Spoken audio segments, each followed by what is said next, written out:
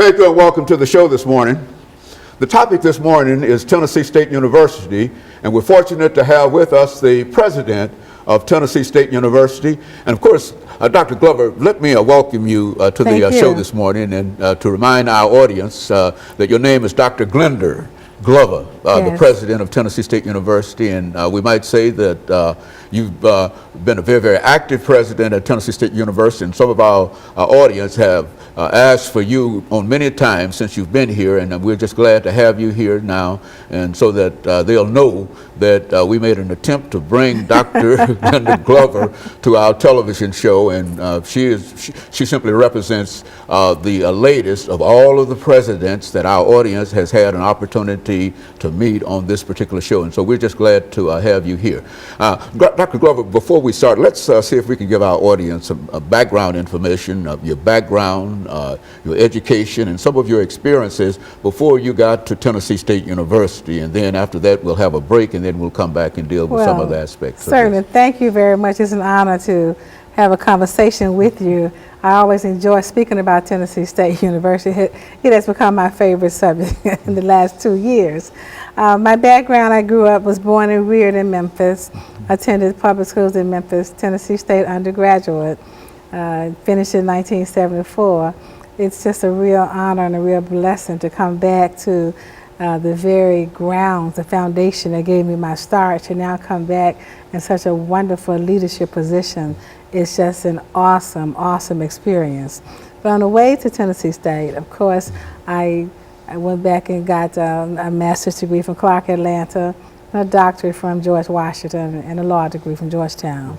And my background also as an accountant. As a professional, I'm an accountant by profession, CPA.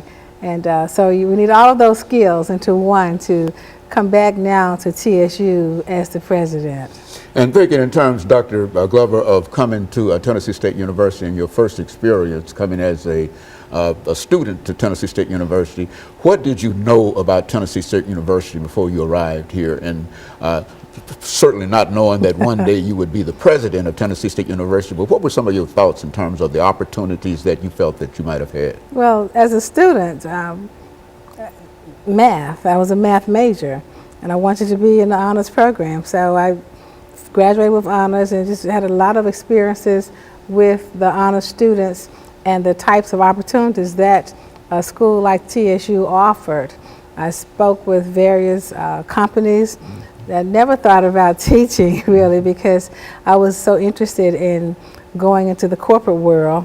Higher education came later on in my career, but most of my experiences were public speaking, dancing, doing things that students do on campus, being involved with the paneling council, those types of activities. So you arrived at Tennessee State University as a freshman student in what year?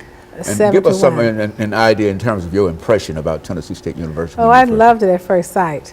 I got there, you know, students make decisions based on some form of academic programs. I wanted to major in math.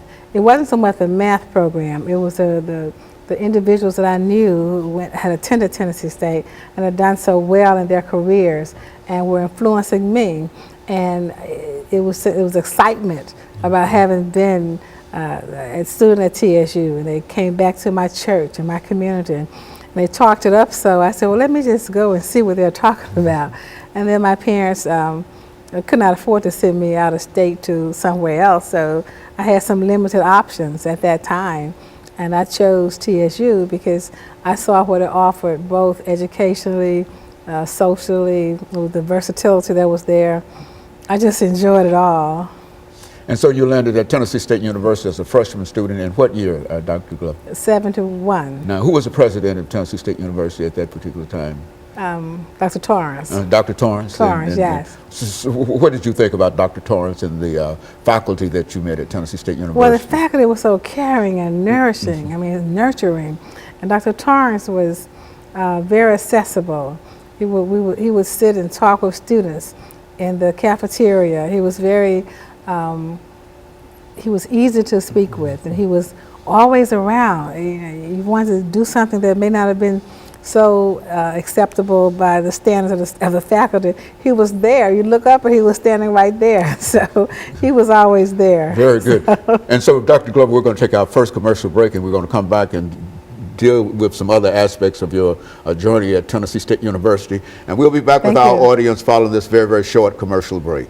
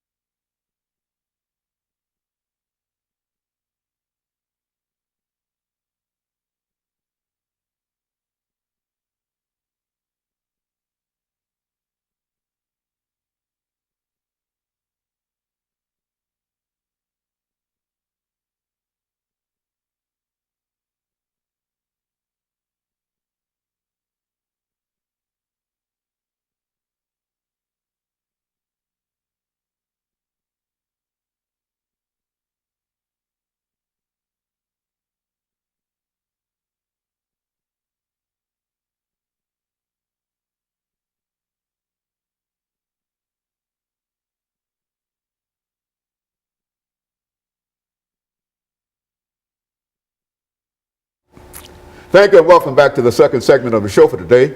We're talking to Dr. Glenda Glover, the president of Tennessee State University, and she's given us some information in reference to her background, education, and experiences.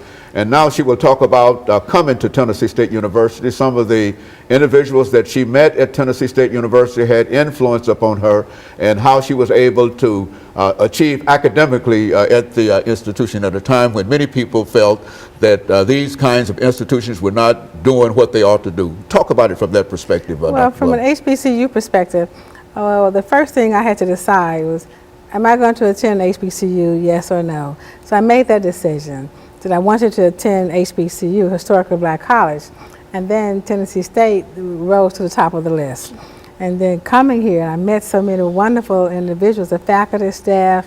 Of course, I have five that always come to mind. Of course, two are deceased now, the two Gassaway sisters, Dr. Sadie Gassaway and Dr. Pearlie Gassaway. But the Williams, Dr. McDonald Williams and Jamie Williams. They've both been in that seat. Yes, they now live in Atlanta. And they were so tremendously influential in my life, in my career. I called them as I was doing my inaugural address. I called her and had her assist me with doing some research on it. So I still talk to them quite frequently. In fact, their daughter-in-law is one of my close friends. And of course, Barbara Merle was there as, she was the vice president, the first vice president, female in the whole system, the TSU, the TBR, Tennessee Board of Regents system.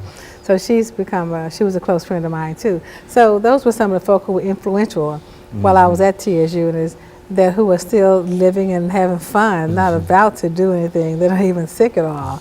So those were some of the wonderful mentors that are very, very influential to me. Have you thought about being the president of Tennessee State University now and sort of incorporating some of the things that you learned under their leadership in reference to dealing with faculty and staff and students now? Has that had any impression on you at all? Well, the fairness aspects. You pick up in the fairness, and you want to make sure you operate with a strong sense of integrity at all times. Well, I noticed that there was an element of fairness about Dr. McDonald Williams in our honors programs classes, and he was no nonsense. He was, so those are the kind of things, the strict love that, some folk call it tough love, but there's a strictness that you apply as you love and mentor students. So I saw that then, and I see it now in many of the faculty that we have, which is a good thing.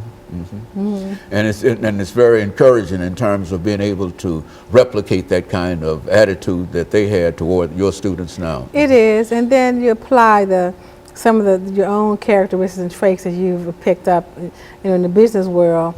Being a CPA and being a lawyer and an educator, those three work so well together as you at the top leadership position, because you see things with a bigger picture in mind, and you're able to dissect mentally much quicker. So, and I find myself analyzing the smallest the smallest sentence that's brought to me when it comes to finances.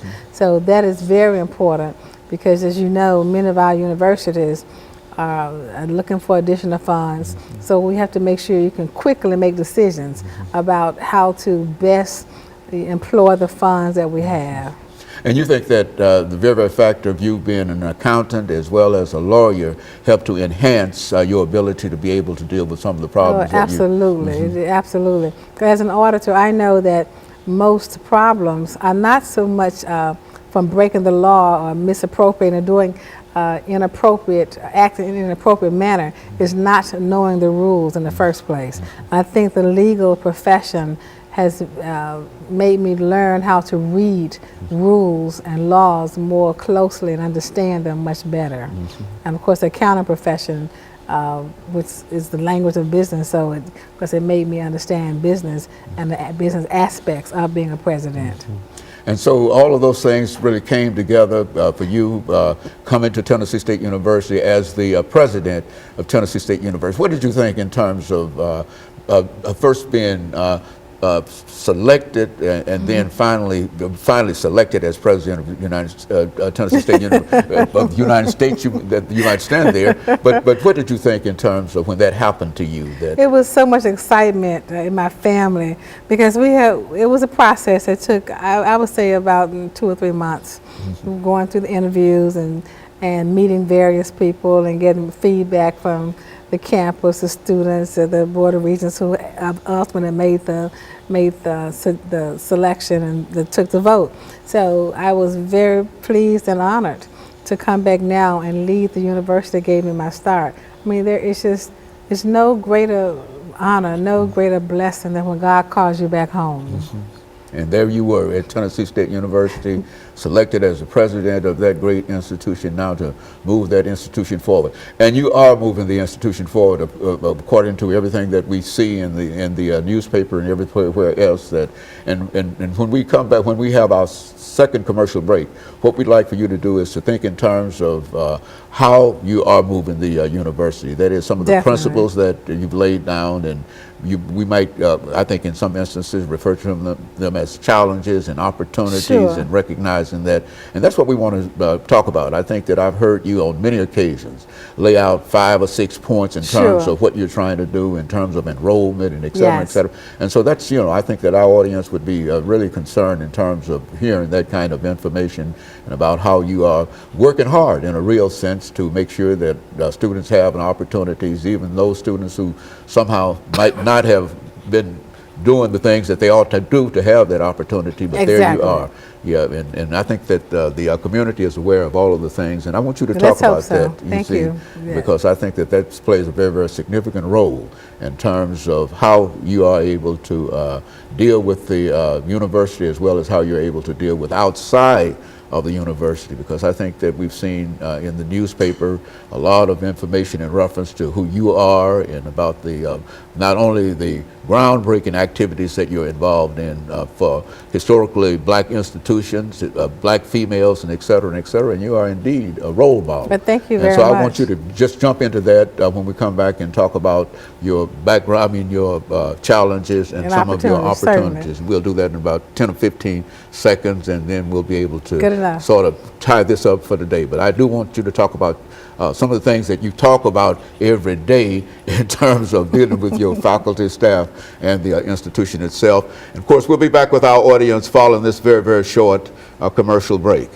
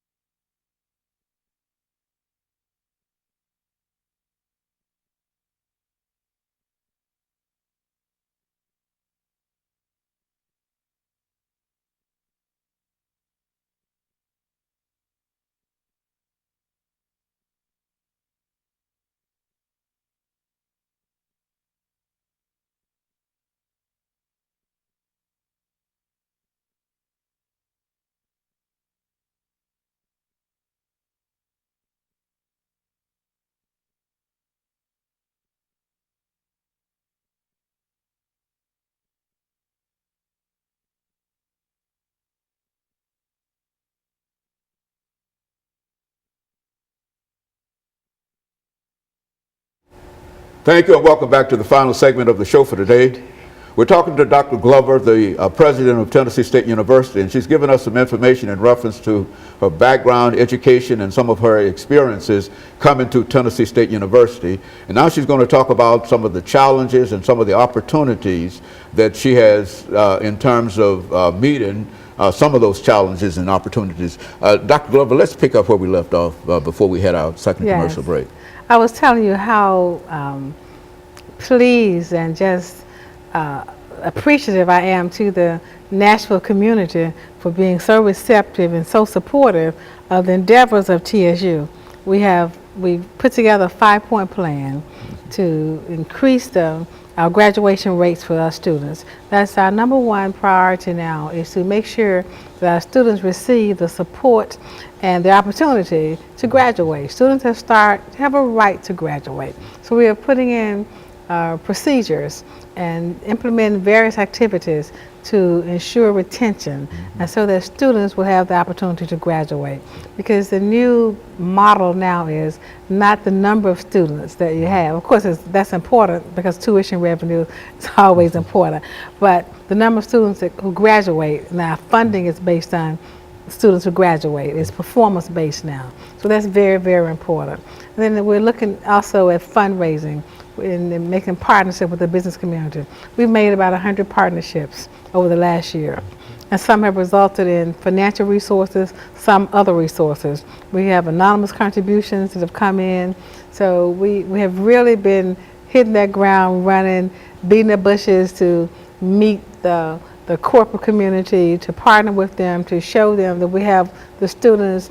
Our partnership is based on students and the expertise of our faculty, and hopefully that you will respond with sponsorships and partnerships with us. So that's been a fun fun game for us for a year now. And so that's quite a bit of activity that you've become involved in terms of fundraising. I think I heard you say at one time that you really almost have to support Tennessee State University from private money as well as state money, because you don't receive as much money, you think, as a matter of fact, none of our institutions. I think that has always been the not charge, but one of the challenges that presidents have had to face. Absolutely. Most people are surprised when they hear that we receive less than a third of our funding from the state of Tennessee.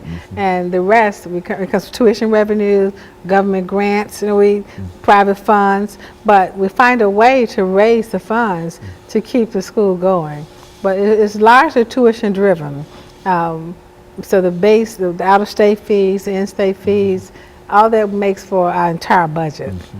Now, in terms of the kind of assistance that, because I've had a number of individuals on this show from Tennessee State University, and they've talked about the kind of assistance that they are able to receive through grants and some of the things that have happened dealing with the national administration in terms of opening up funds. Has Tennessee State University received any of those funds in reference to that? Well, we write a lot of grants, and yes, to date, I would say we received almost $40 million in funding from the federal government, the federal and state government, largely federal. And we spent a lot of time on the Hill in DC, talking to the various agencies, agriculture, treasury, health.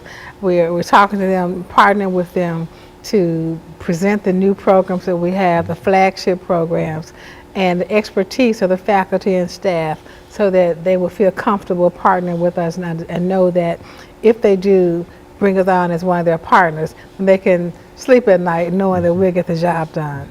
I think one thing that is noticeable, that there are a number of buildings that are going up on the campus at Tennessee State University.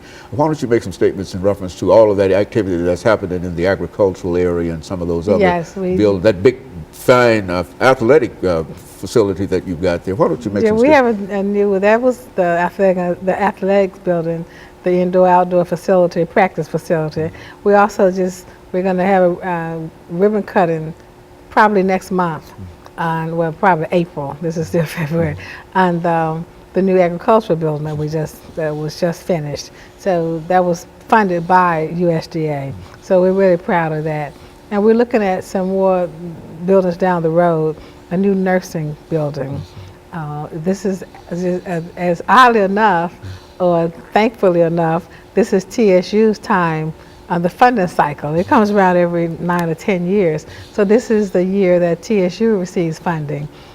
So we're on the schedule this, probably end up being next year, but we're looking at a new nursing facility and perhaps another part of our education building to house a new STEM program, an education STEM program where we train teachers to teach students about math and science in 3rd, 4th, and 5th grade. So we're really excited about that. That STEM program, I've heard a lot about that program and engineering and all of all these other activities, and the idea is to increase the number of graduates in these areas. We want to, the whole STEM initiative across the country is to increase the number of African American graduates in the sciences and technology and engineering and math, because that number is woefully low. And with the added emphasis from the President Obama on down to the high schools, we're trying to emphasize the STEM areas to get the analytical thinking, the strategic thinking, the thought processes to help as we increase our national scores on exams. Tennessee recently was rated the most improved state in K through 12. So that was very, very impressive and very phenomenal for Tennessee, and we were pleased to quote that statistic everywhere. But we're looking at how can we as TSU help to improve the educational status of our state and of course our country, because there's an educational crisis across the country, there's no secret. So we believe teaching STEM and math early, we're training teachers on how to teach math and science very early.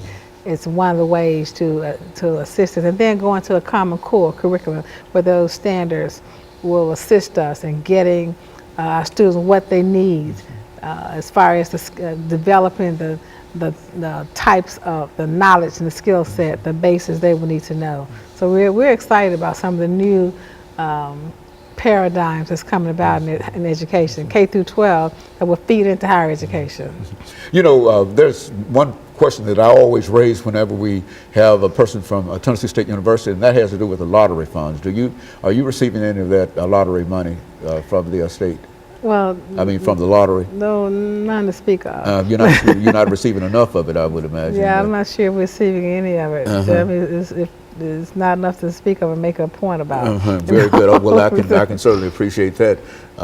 So in a real sense, you're sort of optimistic in terms of the possibilities that that you face in terms of bringing more resources. Oh, it's unimaginable.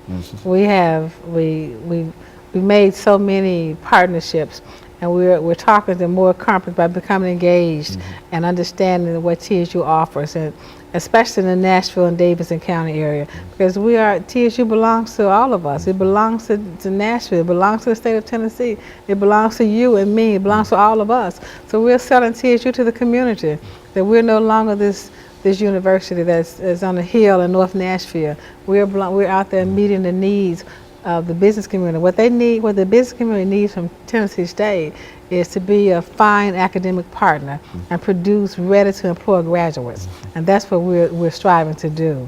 And you've got a nationally known education program and engineering program and nursing program and et cetera, and so you're really ready to move forward. And that's true. When people say, what is your flagship program?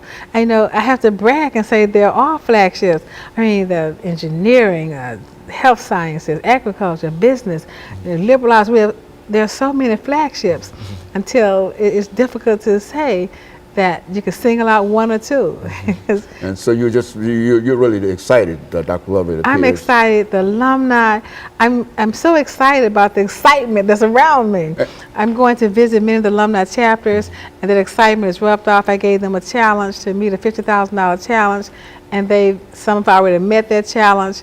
Others are striving hard to do it. They're having fundraisers because we're raising money through the Alumni Association. And so you're really actively involved in terms of moving Tennessee State University forward in terms of trying to find the resources and bring the students in and serve a real a need for the state of Tennessee. Is that that's the entire idea. That's exactly what we're trying to do. That's our ultimate goal. Very good. Thank you very much. And of course, let me thank you for coming by and giving us that information. And let me encourage our audience to tune in again next week for another informative edition of Comments. Thank you and good morning.